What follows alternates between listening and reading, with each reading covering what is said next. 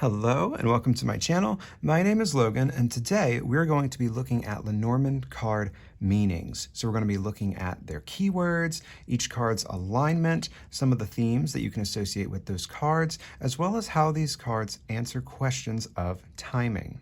Now, per usual, the information that I'm about to present to you is what works for me. If any of these card meanings don't work for you, by all means, disregard and go with what does work for you. Divination is a subjective art form, and as such, there is no one way to do it. Simply go with what you know to be true. So without further ado, our first card for this video is card 31, Sun.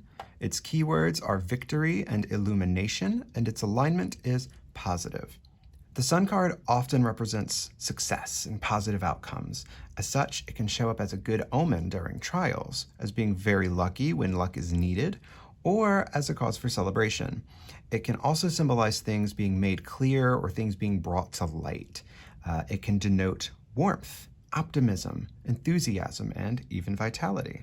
In questions of timing, the Sun can point to something happening during the day or perhaps in 31 days, a month, something happening on the 31st of the month, things like that. So this is the Sun card. Next, we have card 32, Moon. Its keywords are emotion and recognition, and its alignment is positive. The Moon card often represents an acknowledgement of our work, whether that's at home, in our heart, in the office. It can also represent emotions, what we feel and how we reflect those feelings outwardly. It can denote a gravitational pull or a magnetic attraction. As such, it can also symbolize romance and what we dream of. In questions of timing, the moon can symbolize something happening at night, something happening once certain recognitions are made. It can represent something happening in one lunar cycle or during high tide, in our dreams, anything like that. So that's going to be the moon. Next, we have card 33, Key. Its keywords are answer and access, and its alignment is positive. The key card most often denotes a solution to our problems. It is an assurance of our success, a figurative green light, if you will, letting us know that if we proceed, no door will be barred to us. It can also symbolize that we have the skills or resources necessary to achieve our goal. Lastly, it can also represent things like security and privacy. In questions of timing, the key card can represent that the time for something is now, or oftentimes, the thing is already underway. So that is the key card. Next, we have card 34, Fish.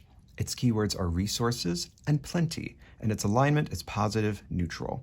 The fish card most often represents our resources. So this can show up as our financial resources, our emotional or mental resources, our time, and even our energy levels. Fish can indicate that something exists in abundance. It can also suggest diving deeply into matters, as well as monitoring the flow of things. In questions of timing, since fish can portend plenty, this can point to something happening in several months. It can also point to something happening when we can afford it. So that is the fish card. Next, card 35, Anchor. Its keywords are stability and tether, and its alignment is positive neutral. The anchor card most often represents groundedness, a sense of lasting and durability.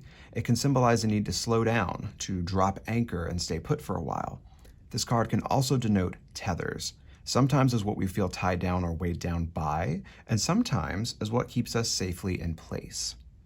In questions of timing, the anchor can point to something happening once we've established a reliable routine, as well as something happening whenever the situation becomes more stable.